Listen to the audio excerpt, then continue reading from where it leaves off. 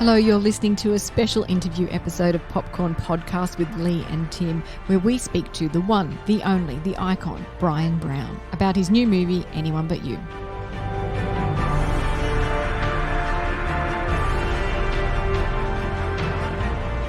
I'm Tim Ifland, movie buff. And I'm Lee Livingstone, entertainment journalist. And we love to talk all things movies. So in romantic comedy, Anyone But You, Bea and Ben look like the perfect couple. But after an amazing first date, something happens that turns their fiery hot attraction ice cold. When they find themselves attending the same destination wedding down under in Australia, they do what any mature adults would do and pretend to be a couple to make the objects of their affections jealous. That old chestnut. Classic. Anyone But You is directed by Will Gluck from a screenplay by Ilana Walpert and Gluck. The film stars Sydney Sweeney, Glenn Powell, Alexandra Shipp, guitar, Hadley Robinson, Michelle Hurd, Dermot Mulroney, Bryan Brown and Rachel Griffiths. Oh, Tim, Australian actor Bryan Brown needs no introduction, but we're going to give it a shot anyway. You know his face, you know his iconic voice, and since the 1970s, he has starred in some of the biggest films, both here in Australia and in Hollywood. He bartended with flair opposite none other than Tom Cruise in the 1980s classic Cocktail. He co-headlined with Sigourney Weaver in Gorillas in the Mist, played a reckless thrill-seeker in Along Came Polly with Ben Stiller and Jennifer Aniston. He was evil King Carney in Baz Luhrmann's Australia and lent his voice to Dave the Goose in Air New Zealand's series of airline adverts. But we won't hold that one against him. No, because it was quite funny. What range? What range indeed. Exactly. And now he's starring in Anyone But You as father of the bride, Roger. And he's also stopping by to say hello to us. What an absolute thrill. My gosh, definitely had to pinch myself speaking to Bryan Brown. So in a wide-ranging chat with Popcorn Podcast, Brown talks filming on Sydney's stunning home soil, inappropriate background acting, life-changing filming experiences, and how he hilariously ended up as an editor of Anyone But You. Interested? Yeah. Well, let's take a listen.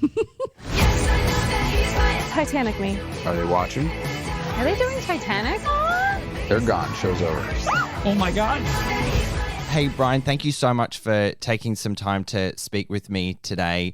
You could tell how much fun you had making Anyone But You. Did you spend much time contemplating the role of Roger, or were you all in right away? That's a really good question, because the answer is I was all in all the way. Will Gluck, the director, I think most of the actors will tell you this, Will Gluck sort of had in his mind exactly how he wanted this movie to be, and would go, okay, off you go. Don't think about it. I just want you to do it, which is sort of unusual. Usually, you come out with something and it gets moved around. You move it around a little bit or whatever. But this was sort of full bore. Well, it's a comedy, isn't it?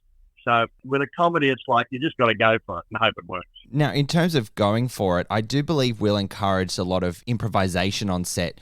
Did you and Gatta, who plays your son Pete, did you play around with your hilarious scenes together much and just go for it under the guise of Will? I mean, I haven't seen the film, but there's a couple of things that Gator and I have to do. And actually, what was my first scene was one of those ones where he and I are talking and throwing our voices so that... Over the hedge. Yeah, over the hedge, so Ben can hear us. Will had it very much in his mind that he wanted it to be pretty mad. So we sort of do it, and then he'd say, take your hat off, hit him with your hat. Now slap each other. So, and you go, well, I don't actually know how I can fit this into any character, so I'm just doing it. Good. Oh, it sounds like a really great experience on set, Bryan. Is it a fair question to ask whether you had like a favourite experience that you'd like to recount? I mean, I know you blokes like those things. It's a difficult thing because there's so many different things that are very funny, where someone will break down in doing a scene, they just can't keep going or whatever. But you don't hang on to remembering those things all the time. You just remember that you had a very enjoyable experience. I do know that there were some times where Will wanted, he was doing sort of wide shots on everybody. He just wanted us to be chatting and he'd just move the camera around and he wasn't really interested in what we're chatting. And some very funny stuff came out from characters there where we all just became, I would think, probably very inappropriate about each other. No doubt.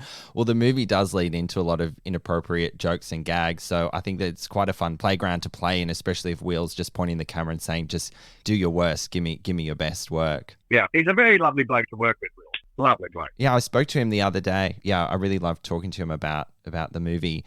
Bryan, your on-screen wife is Michelle Hurd, who plays Carol in the film. Can you tell me a little bit about Roger and Carol? Once again, as I said to Will, like, who are we? Like, yes, I own a bloody big mansion. Yes, I've obviously spent a lot of time in America where I married my wife who's American and had an American daughter, and she has a son, and he's my stepson. But how did I make my money, Will? Yes. What have I been doing? And once again, none of those questions get answered. I said to her at one stage, I think I made my money out of real estate, Will. He said, good. But of course, there's nowhere that you use that. Don't look for an arc to your character. Just bloody do it. It's quite common in romantic comedies. You have these larger-than-life characters, and obviously Roger's just really, really rich. And speaking of real estate, you're hosting guests at your lavish Palm Beach home, which is such a glorious setting for the film. They must have been really hard days at the office looking out over the ocean in that gorgeous house. I have now done a couple of movies to do with Palm Beach, and it's not a bad place to film in. It's pretty easy going being around Palm Beach. You got to admit, anything that's going to be shot around Palm Beach isn't going to be a horror movie particularly. It's going to be pretty light and dancy. Well, maybe that's what they should do next. They should film a horror film in Palm Beach and flip the script on the place. I'd see that movie.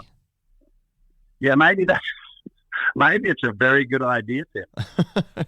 You can have that one for free, Bryan. Thank you. I love playing Spot the Places in Sydney. I recognised, that bingo game while watching the movie. How does Sydney look? She is beautiful. I mean, I haven't seen the film yet, but I know that when we were filming, there was 4 nights in a row we were on Sydney Harbour underneath the bridge on a boat from 6 at night till 6 in the morning. Right. And I know Sydney like the back of my hand. I've lived in every area of Sydney you can think about. I've driven all over it. I've surfed it. I've run the streets. I've done every bloody thing in the city.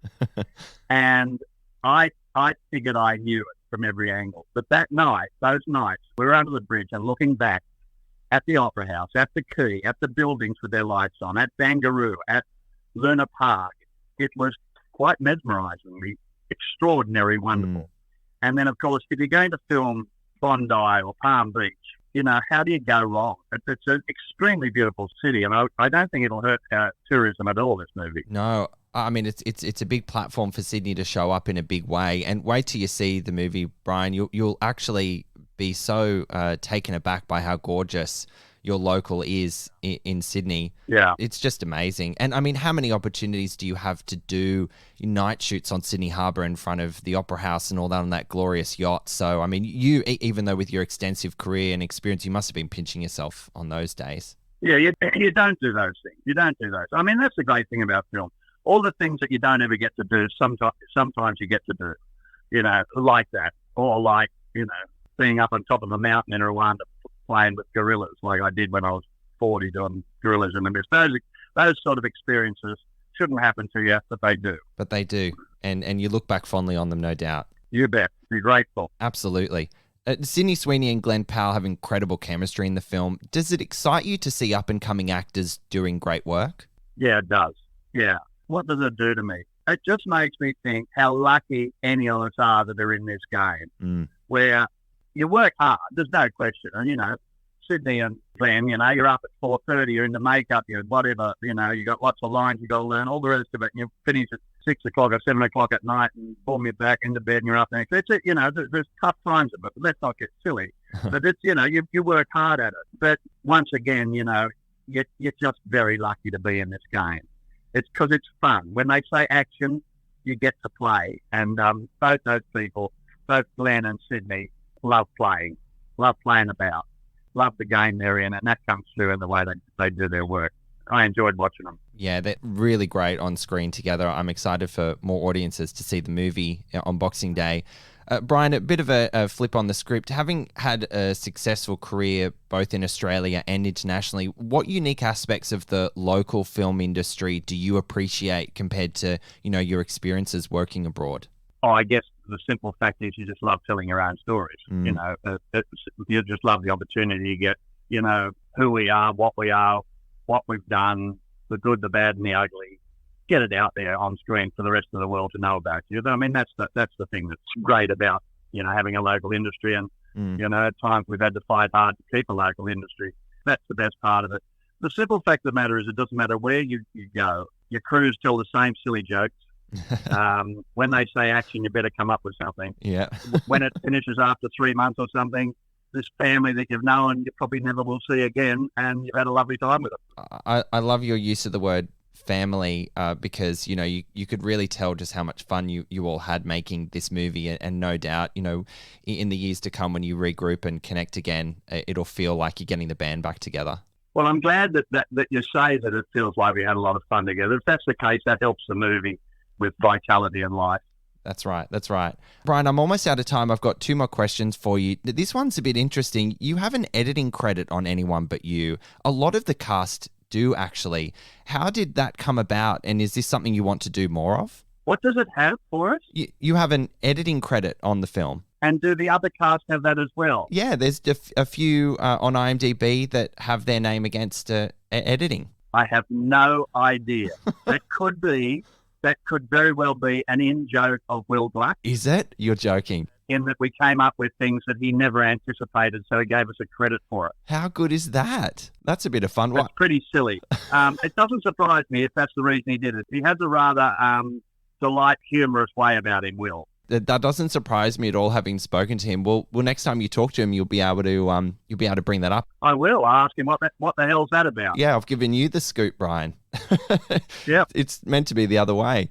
Thank you so much for your time. Anyone But You releases on Boxing Day here in Australia, which is, as you know, our biggest day for movies and a tradition of many to go to the cinemas after Christmas. What Boxing Day tradition do you have? Well, usually it's a big family something, and this Christmas is about 25 family of us all eating, drinking, and being merry. Nice. Perfect. What more could you ask for to bring in the new year? See you later, mate. Thanks for the chat. Thanks, Bryan. Appreciate it. Take care. Good on ya. I could never be with someone like him. This girl's a disaster. They're gonna ruin our wedding. Sorry.